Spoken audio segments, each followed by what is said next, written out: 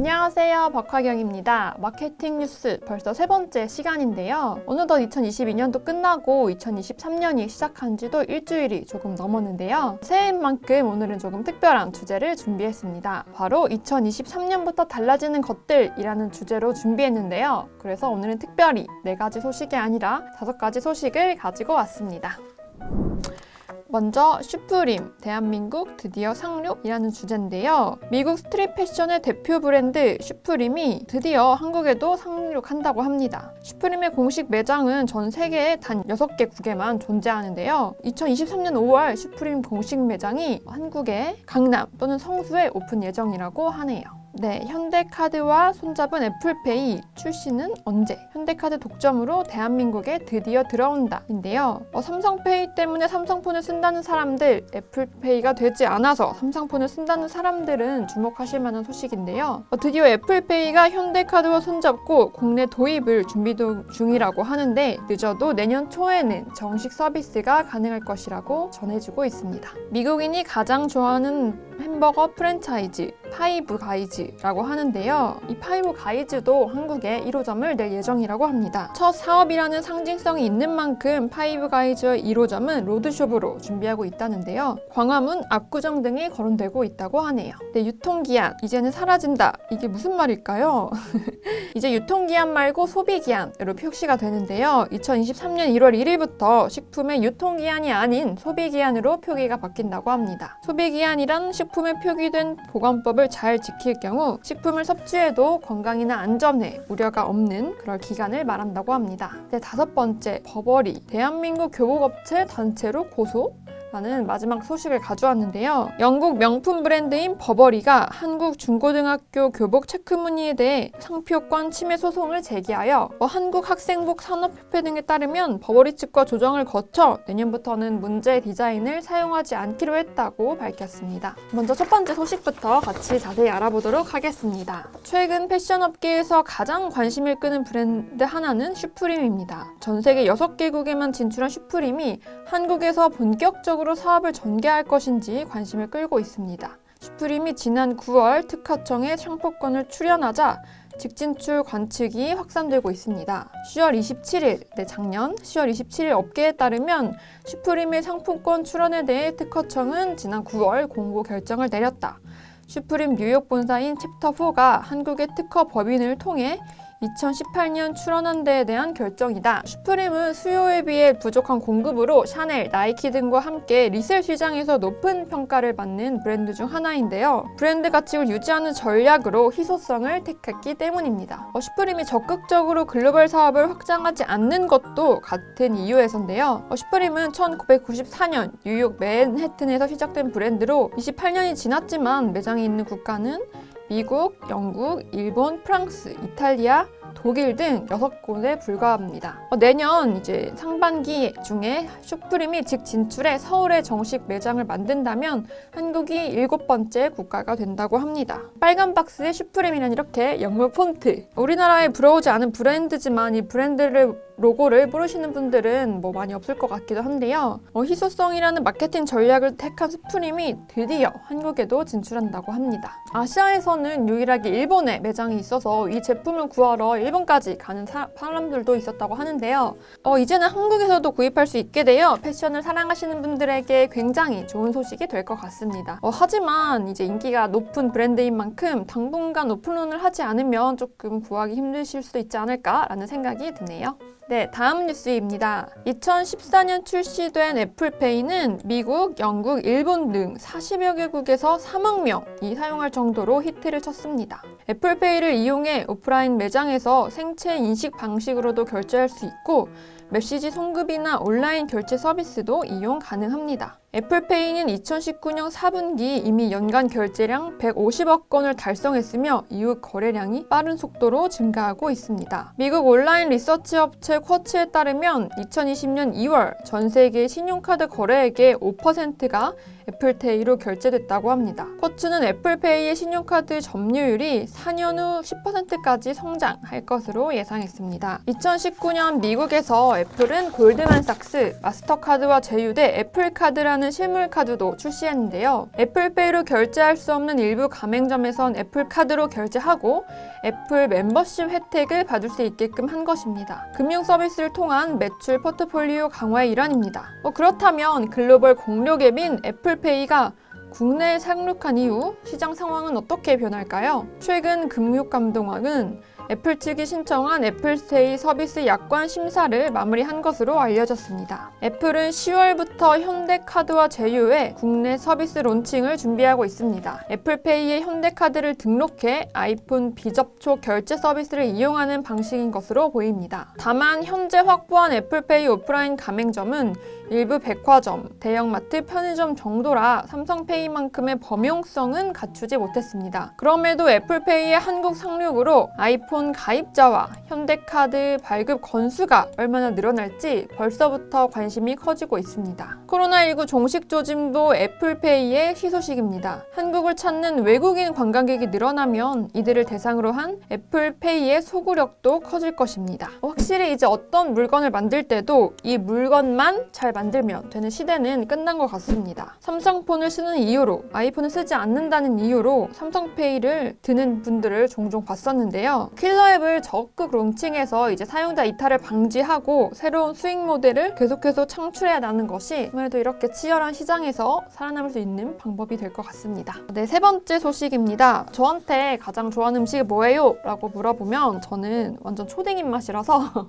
피자랑 햄버거요 라고 이렇게 말을 하고 하는데요. 먹기도 간편하고 맛있고 저렴하고 저처럼 햄버거를 좋아하시는 분들이 요즘엔 좀 굉장히 많을 것 같은데요. 미국 동부의 유명 햄버거 체인점 파이브 가이즈가 국내 상륙을 앞두고 있다고 합니다. 저같이 햄버거를 좋아하시는 분들에게 아주 좋은 소식이 될 것 같은데요. 27일 외식업계에 따르면 갤러리아는 파이브 가이즈를 내년 3월, 2023년 3월 국내에 들어올 예정으로 알려졌습니다. 첫 사업이라는 상징성이 있는 만큼 파이브 가이즈의 1호점은 로드숍으로 준비하고 있다고 합니다. 유동인구가 많은 서울 광화문, 압구정 등이 거론되고 있는 것으로 알려졌습니다. 동시에 백화점 입점을 위해 신세계백화점과 협상을 진행 중인 것으로 전해집니다. 외식업계 관계자는 한화 오너가 적극적인 의지를 가지고 파이브 가이즈의 매장을 물색하고 있다고 분위기를 설명했습니다. 1986년 미국 버지니아에서 시작된 파이브 가이즈는 미국인들이 가장 좋아하는 버거 설문에서 만족도 1위를 차지하는 등 미국에서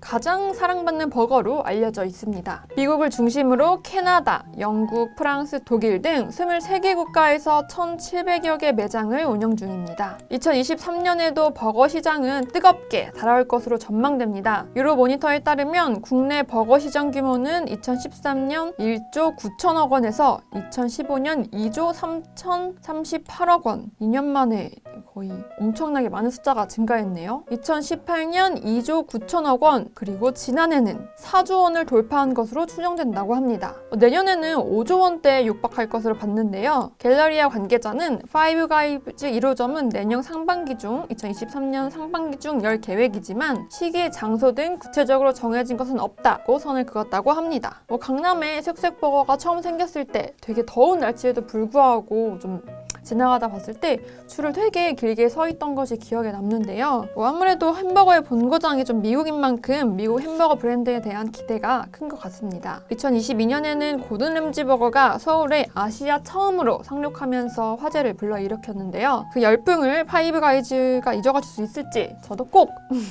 먹어보도록 하겠습니다. 네 번째 소식입니다. 혹시 식품 구입할 때 뭐가 좀 달라졌다? 라고 느끼시는 분들 있으실 것 같은데요. 2023년 1월 1일부터 식품 날짜 표시가 유통기한에서 소비기한으로 바뀝니다. 1985년 유통기한이 도입된 이후 38년 만입니다. 소비기한이란 그럼 뭘까요? 소비기한이란 식품에 표시된 보관 조건을 지킬 경우 먹어도 안전에 이상이 없는 기간을 일컫습니다. 쉽게 말해 유통기한이 이제 팔아도 되는 영업자 중심이라면 소비기한은 먹어도 되는 소비자 중심의 사용기간인 것입니다. 식품에 표기된 날짜는 해당 제품의 판매와 섭취가 가능한 기한을 과학적으로 설정한 것으로 식품의 품질과 안전을 위해 소비자가 꼭 알아야 할 중요한 정보입니다. 통상 유통기한은 품질 안전 한계 기간의 60%에서 70% 수준에서 정해지고 소비기한은 이보다 20%가량 깁니다. 식품 날짜 표시 제도를 바꾼 것은 안전하게 섭취할 수 있는 기간을 명확히 제시함으로써 불필요한 식품 폐기와 처리 비용을 줄이기 위해서입니다. 소비자가 유통기한을 폐기 시점으로 인식해 먹을 수 있는 제품까지 쓰레기로 버리고 있기 때문입니다. 썩는 과정에서 온실가스를 배출하는 음식물 쓰레기는 환경 오염을 유발하는 주요 원인 중 하나인데요. 세계 온실가스 배출량 중 8에서 10%는 음식물 쓰레기에서 나올 정도라고 합니다. 소비기한 도입은 우리나라뿐만 아니라 국제적 추세로 경제협력개발기구 회원국이 대부분 시행하고 있습니다. 국제식품규격위원회는 2018년 식품 표시 규정에서 유통기한을 삭제하고 소비기한 표시를 권고했습니다. 미국의 경우에는 소비기한, 유통기한, 포장일자, 품질 유지기한, 판매기한 등을 사용하는데 식품보관법을 자세히 명시한 품질 유지기한 사용을 권장합니다. 일본은 소기기한과 상미기한, 이제 식품의 맛이 가장 좋은 기간을 구분해 각각 표기하고 있습니다. 2022년 12월 초 식약처는 두부, 햄 등 23개 식품 유형 80여 개 품목의 소비기한 참고값 설정 실험 결과를 공개했습니다. 두부의 경우 유통기한은 17일이지만 소비기한은 6일 늘어난 23일입니다. 유통기한이 38일인 햄의 소비기한은 20일이나 늘어났네요. 20일가량 늘어난 57일이고 발효유의 경우 유통기한은 18일, 소비기한은 32일입니다. 거의 2배 가까이 늘어났는데요. 유통기한이 뭐 하루 이틀 지났더라도 뭔가 조금 찝찝하고 안 먹자니 아깝고 이런 경험은 이제 저 포함해서 누구나 있으실 것 같은데요. 항상 저희 아버지께서는 안 죽으니까 그냥 먹어라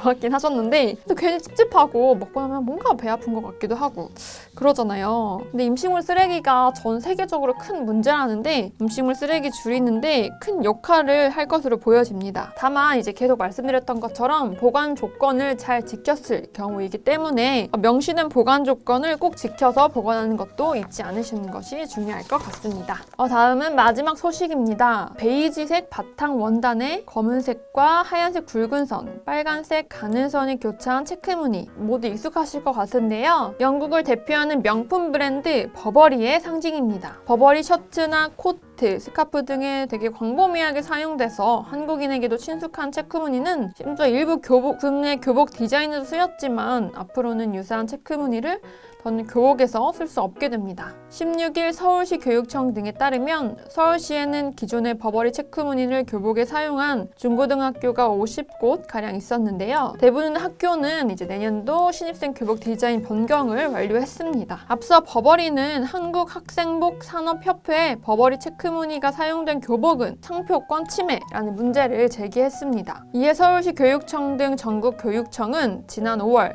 전국 중고등학교에 버버리 체크와 유사한 무늬가 교복에 사용되는지를 점검하고 교복 디자인을 변경하라고 안내했습니다. 버버리 체크 무늬가 교복에 사용된 학교는 전국적으로 200여 곳으로 집계됐는데요. 교복 중에는 체크 무늬가 교복 소매나 옷깃 이렇게 일부 사용된 경우가 있는데 이제 치마 등이나 전반적으로 사용된 예도 있습니다. 대부분의 전국 학교들은 교육청의 안내에 따라 내년도 교복에 버버리 체크 무늬를 사용하지 않기로 교복 디자인을 변경한 상태입니다.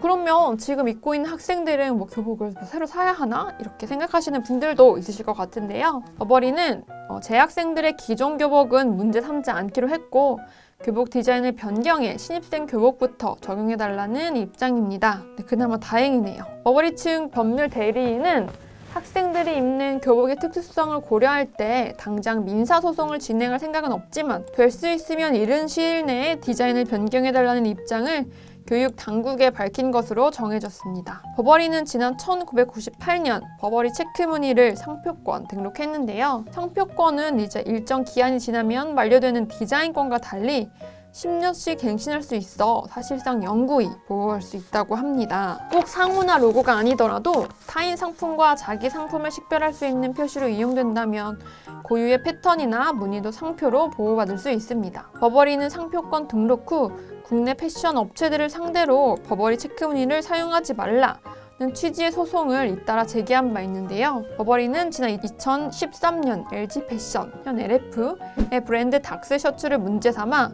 버버리 체크무늬를 사용한 셔츠의 제조, 판매를 금지하고 5천만 원을 배상해달라는 소송을 낸 바 있습니다. 당시 법원은 강제 조정을 통해 LG 패션이 3천만 원을 지급하라고 결정했는데요. 버버리가 좀 학생 교복까지 하는 게 조금 너무한 거 아닌가라는 생각도 들긴 하지만 어쨌든 학생 교복에 대해서도 대응에 나선 것은 체크무늬의 독창적 디자인을 지키고 브랜드 가치를 보호하려는 조치로 풀이됩니다. 버버리 체크무늬의 교복, 저도 학창시절에 되게 좀 흔하게 볼 수 있었고 별 생각 없이 예쁘다 하고 지나가는 그런 기억이 있는데요. 선의 개수나 굵기, 색상, 특정한 패턴 등도 상표권 침해 여부를 가리는 기준이 될 수 있다고 하니 사업을 하고 계신 분들은 저작권에 대해서 조금 미리미리 꼼꼼하게 살펴보시고, 그렇기 때문에 내 저작권도 지키고 내 상표권도 지키고 남의 저작권과 남의 상표권도 잘 지켜주고 이렇게 하는 방식으로 사업을 잘 하셔 나가는 게 중요할 것 같습니다. 이렇게 2023년부터 바뀌는 것들, 이런 주제로 세 번째 마케팅 뉴스 시간을 준비했는데요. 2023년은 개묘년, 검은 토끼의 해라고 합니다. 토끼의 속성은 만물의 성장과 번창을 의미를 지녔고요. 검은색은 인간의 지혜를 뜻한다고 하는데 지금 시청하시는 분들 모두 저를 포함해서 검은 토끼처럼 지혜롭고 성장하고 번창하는 한 해가 되시기를 바라겠습니다. 그럼 다음 달에 만나요. 감사합니다. AMPM 글로벌을 더 알고 싶나요? 저희 AMPM 글로벌은 훌륭한 마케터님들과 언제나 광고주님들을 기다리고 있습니다. 정확한 데이터 분석은 물론 1:1 맞춤 컨설팅을 통해 광고주님의 사업 성공을 도와드리겠습니다. 네이버에서 AMPM 글로벌을 검색 또는 마케팅 인사이드를 통해서 수많은 정보를 확인하실 수 있습니다. 아래 링크 혹은 전화번호로 연락 주시면 친절한 상담 도와드리겠습니다. 디지털 온라인 광고는 언제나 AMPM 글로벌과 함께!